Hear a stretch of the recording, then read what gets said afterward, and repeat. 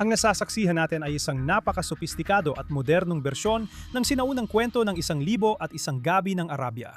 Tulad ni Shira Sharzad sa Tunay na Kwento, na gumamit ng mga kwento para ipagpaliban ang pagbitay, unti-unti rin tayong pinagpapaliban ng rehimeng Iran mula isang bukang liwayway hanggang sa kasunod. Habang abala pa ang mga negosyador sa pagsulat ng mga pahayag para sa press, naglunsad ang US Central Command ng matitinding armadong pag-ataking depensibo sa Timog Iran.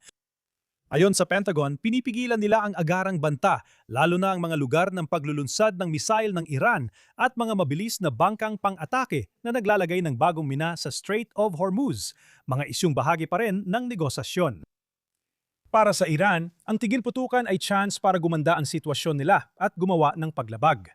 Sa una, mukhang malaking konsesyon ito mula Amerika. Bago magpanik, dapat nating pag-isipang mabuti at realistiko ang sitwasyon.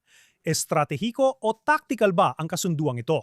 Talaga bang binibigyan ni Trump ng permanenteng tagumpay ang Iran sa geopolitika?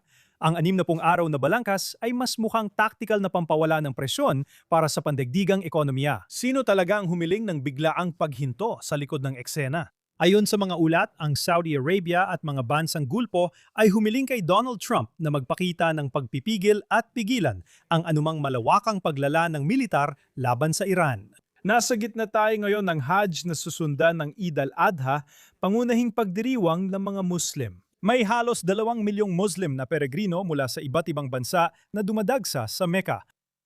Para sa Saudi Arabia, ito ang pinakasensitibo sa lohistika at pinakabanal na panahon sa buong taon.